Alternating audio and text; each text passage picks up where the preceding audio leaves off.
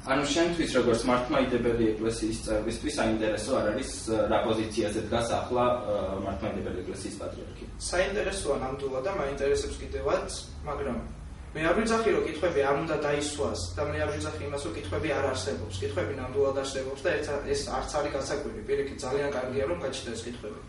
მაგრამ ჩემთვის იყო მიუღებელი საერთოდ ის კამპანია რაც იყო დაწყებული, თუნდაც იმ ვიდეოების გაკეთებით და ასე შემდეგ, მაგრამ ამ კამპანიაში ჩემი აზრით რაღაცა წვლილი მიუძღვის როგორც თქვათ იმ ადამიანს ვინც გაავრცელა ეს ვიდეო, ასევე ვინც ამის უფრო დიდად რეკლამირება მოახდინა, იგივე მე ჟურნალისტებზე ვსაუბრობ, რომლებმაც ამას გადაცემები მიუძღეს და ასე შემდეგ და პირიქით ხელი შეუწყეს ამ ყველაფერს.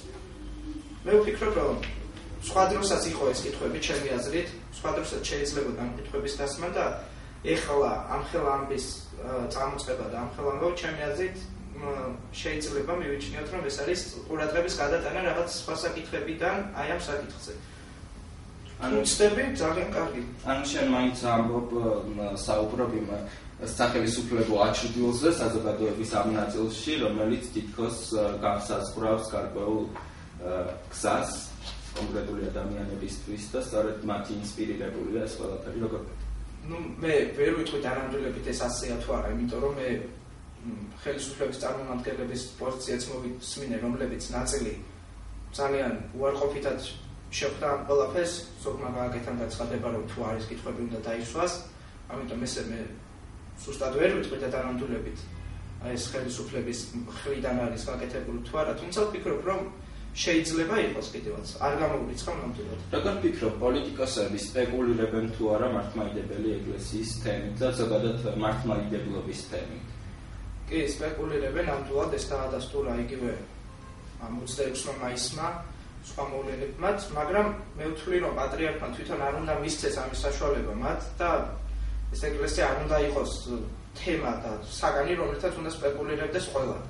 მაგრამ ნუ 26 მაისს პატრიარქის იქ რაც მოხდა და მისი განცხადება ჩემი აზრით ძალიან კარგი იყო, იმიტომ რომ მან დაანახა ყველა პოლიტიკოსს, რომ ეს ეკლესია არ არის მათი. შენ პირადად როგორი დამოკიდებულება გაქვს იმ ადამიანების მიმართ, რომლებმაც გამოთქვეს თუნდაც უარყოფითი პოზიცია ძალიან არაეთიკური ფორმით თეატროთბერიძის მიმართ, როდესაც ეს ცნობილი ამბები დაიწყო.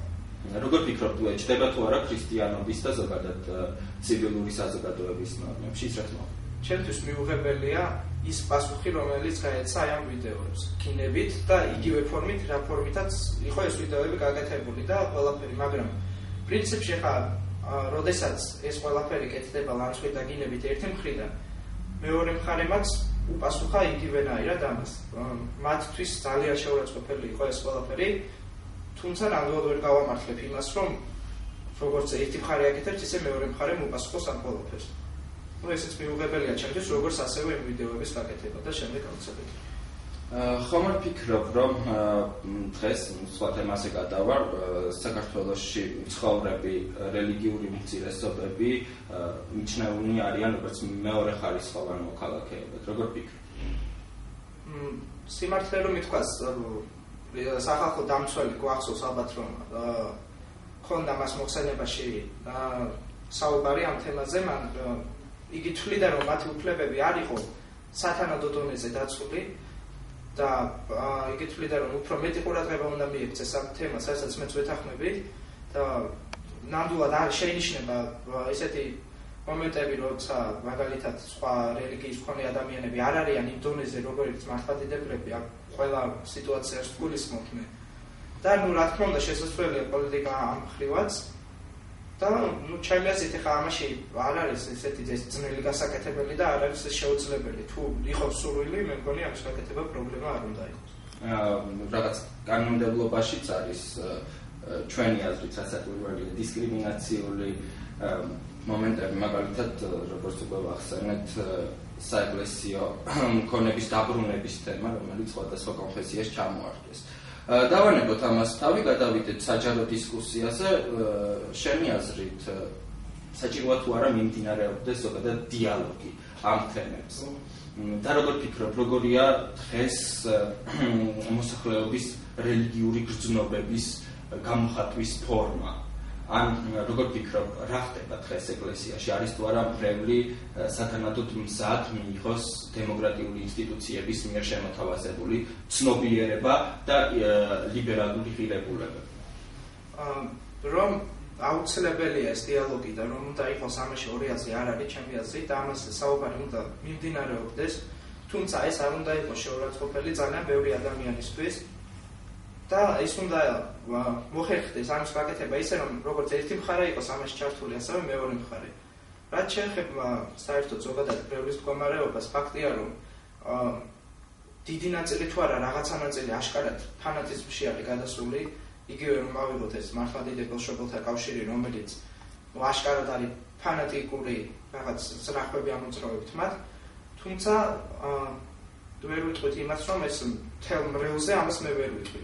როგორ ფიქრობ, მართლმადიდებელ მშობელთა კავშირი ცალკე ორგანიზაციაა, რომელიც ლაპარაკობს მართლმადიდებელი ეკლესიის სახელით თუ უშუალოდ პატრიარქის მიერ არის კურთხეული? როგორც ვიცით, ის დაარსდა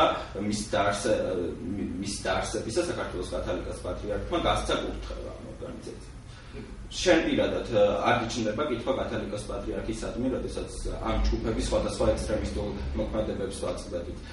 რატომ უშვებს ის მცხეთა თბილისის ეპარქიაში რამდენიმე მღვდლის მოქმედებას, რომელიც სისტემატურად არბევს ახალგაზრდებს, თუნდაც ჰელოვინის მოვლენებთან დაკავშირებით? რა თქმა უნდა, მიჩნდება კითხვები და ეს კითხვაც უნდა დაისვას, თუმცა მე არ ამგონია რომ ხარ პატრიარქის პირდაპირ მითითებით ხდებოდეს ეს ყველაფერი და მისი სურვილი იყოს რომ ეს ასე ხდებოდეს. თუმცა ვერც იმას ვიტყვი ხარ, რომ ეს თქვათ ეკლესიის გარეშე ხდება და თქვათ მათი ჩარევის გარეშე. ძალიან დიდი მადლობა. ნახვამდის.